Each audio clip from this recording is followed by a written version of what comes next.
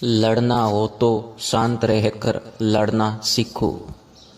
एक बार आचार्य के पास एक व्यक्ति ने प्रश्न किया, आचार्य जी, आप कहते हैं कि शांत रहो, मौज में रहो। जब मैं देखता हूँ कि आसपास गलत हो रहा है और मुझे सही करने के लिए लड़ना भी पड़ेगा, तो वहाँ क्या मुझे लड़ाई लड़नी चाहिए या सब कुछ परिस्थितियों के हाल पर छोड़ देना चाहिए?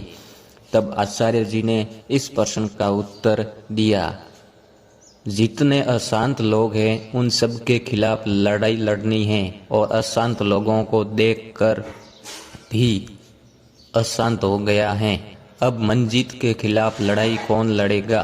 तुम कह रहे हो मैं शांत कैसे रहूं जब आसपास इतना उपद्रव हो, आसपास अशांति है, उसको देखकर तुम भी अशांत हो गए और कह रहे हो कि मुझे उस अशांति से लड़ना है।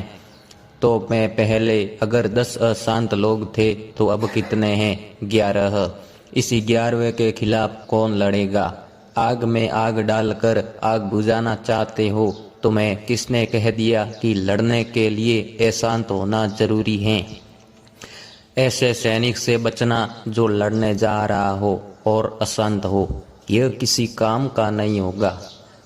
स्वांग तजू की कहानी सुनी है न, मुर्गे की। एक मुर्गा है, उसको तैयार किया जा रहा है मुर्गे की लड़ाई के लिए। मुर्गे एक दूसरे पर लड़ने के लिए छोड़े जाते हैं, उन पर सट्टा लगता था, मनोरंजन होता था, उनको बढ़िया खिलाया पिलाया जा रहा है, पंजे पहने किए जा रहे हैं। उसका जो प्रशिक्षक है, मुख्य प्रशिक्षक, वो देखने जाता है मुर्गे को।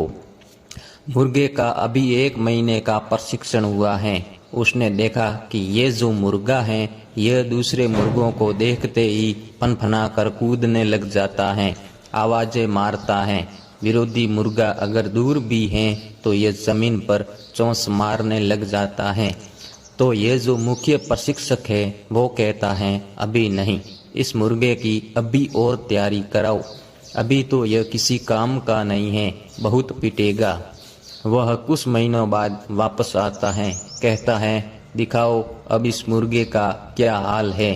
वो देखता है कि मुर्गा पहले से ज़्यादा शांत है, लेकिन फिर भी जब विरोधी मुर्गा सामने आता है, दूर से दिखाई देता है, तो यह पंख खड़े कर लेता है, पंजा उठा लेता है, इसकी आंखें रक्तिम हो जाती हैं।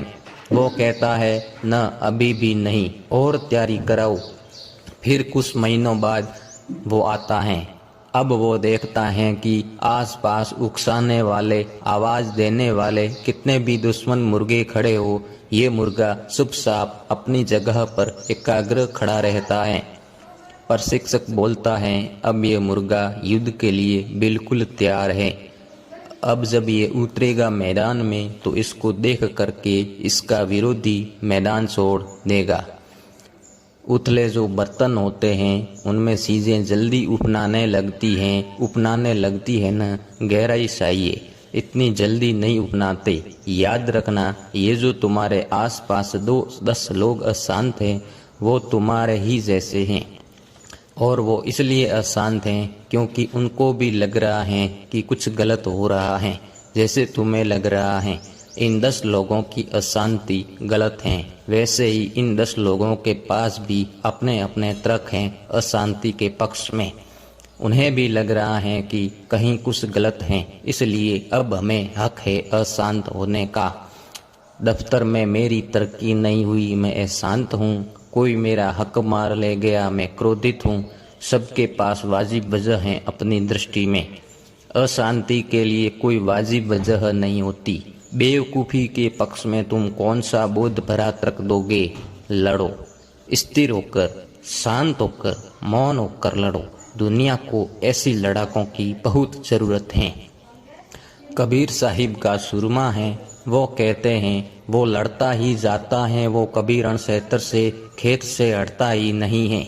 कबीर सासा सुरमा लड़े हरि के हेत पुरजा, पुरजा कट मारे तब हूँ न साड़े खेत। ऐसा लड़ाका चाहिए, पुरजा पुरजा कट जाए, उसका अंग अंग कट के गिर जाए लड़ाई में, फिर भी वो लड़ाई से हटे नहीं। और इस सुरमा की पहचान जानते हो क्या है? यह अपनी सारी अशांति पीछे छोड़कर जाता है। यह सिर पहले कटाता है, फिर युद्ध में जाता है। अब अशांत कौन होगा? ये सिर अशांति का गढ़ था, वो इसके पीछे ही छोड़ आया। तो लड़ाई चाहिए, निश्चित रूप से चाहिए, धर्म युद्ध चाहिए, लेकिन धर्म युद्ध वही कर सकता है जो बहुत शांत हो।